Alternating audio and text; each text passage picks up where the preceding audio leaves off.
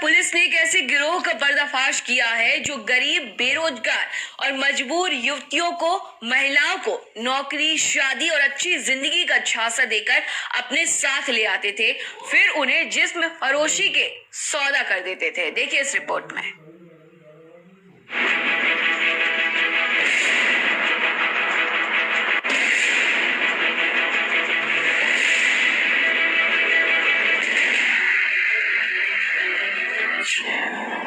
नगरी में हो रही थी मानव तस्करी।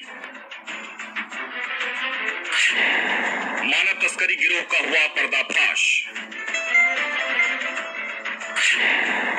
9 पुरुष और 2 महिलाएं हुई गिरफ्तार।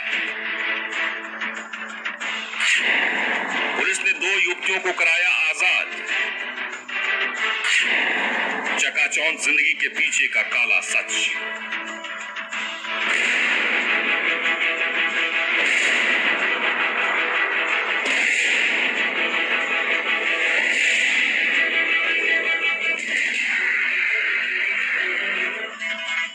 पुलिस के साथ खड़े ये लोग मानव तस्करी करने वाले गिरोह के सदस्य हैं, जो गरीब, बेरोजगार, मजबूत महिलाओं और युवतियों को नौकरी दिलवाने के बहाने उनका सौदा करते थे।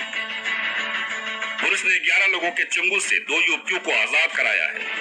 हमें एक मिशन मुक्ति फाउंडेशन, एक एनजीओ द्वारा सूचना मिली थी कि बसई अरेला क्षेत्र में, स्पेशली जो अरनोटा चौकी क्षेत्र में लड़कियों को अवैध रूप से ह्यूमन ट्रैफिकिंग किया जा रहा है करके, तो तत्काल पुलिस अपना बैरिकेडिंग करा के गाड़ी को रोका गया है। तो उसमें 3 लड़कियां जो अलग अलग जगह की हैं, झारखंड, मध्य प्रदेश और सोनभद्र जिले अपना उत्तर प्रदेश में, तो वहाँ की लोग बरामद हुए हैं। और उसमें जो गाड़ी में बाकी लोग जो मुलजिम हैं उन लोगों से बातचीत किया तो पूछताछ करने से ये पता चल रहा है कि ये सोनभद्र क्षेत्र के रहने वाला है और एक व्यक्ति मुन्ना लाल अपना आगरा क्षेत्र का रहने वाला है। सो इन लोगों को पूछताछ कर और गिरफ्तारी करके विधिक धाराओं में मुकदमा दर्ज कर अग्रिम कार्रवाई की जा रही है। दरअसल आगरा के बसई अरेला इलाके की पुलिस अरनोटा चौकी पर बैरियर लगाकर चेकिंग कर रही थी। इसी दौरान मिशन मुक्ति फाउंडेशन के पदाधिकारियों ने लड़कियों को सौदेबाजी के लिए ले जाने की जानकारी दी।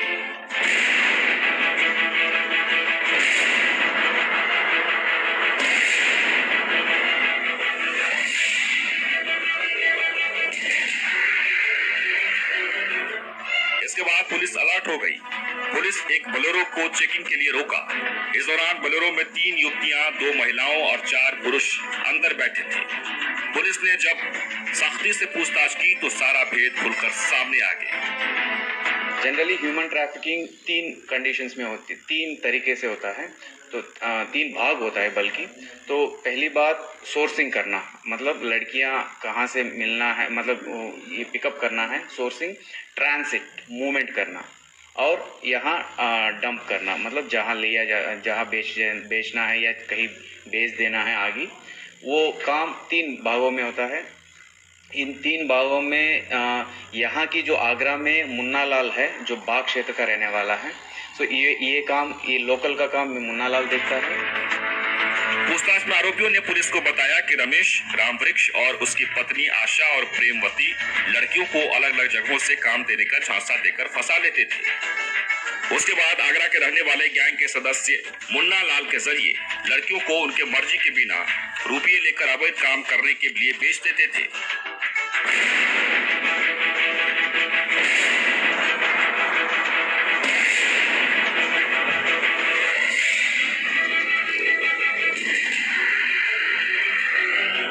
पुलिस का कहना है कि गैंग 3 अलग अलग जगहों से ऑपरेट की जाती थी।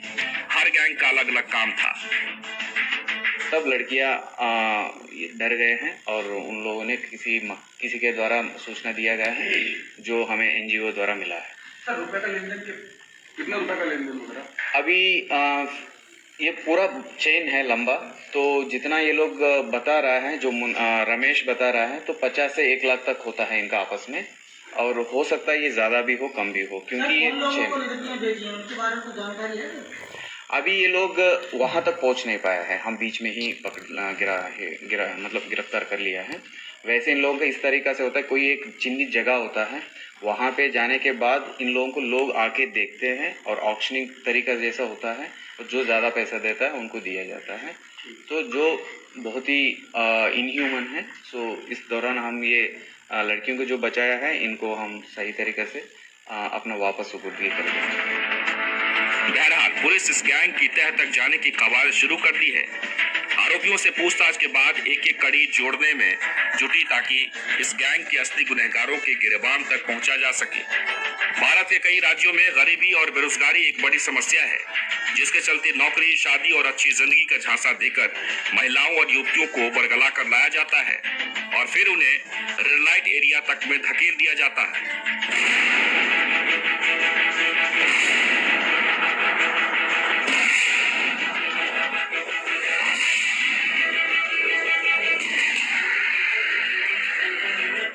मानव तस्करी के निशाने पर आई महिलाओं और युवतियों की जिंदगी जिस्म फरोशी जद में गुम होती जा रही है। हालांकि जब तक मानव तस्करी पर लगाम नहीं लगती है, तब तक मासूम, गरीबी और भोली भाली लड़कियां और महिलाएं ऐसे ही दलालों के झांसे में फंसती रहेंगी। आगरा से मयंक त्यागी की रिपोर्ट।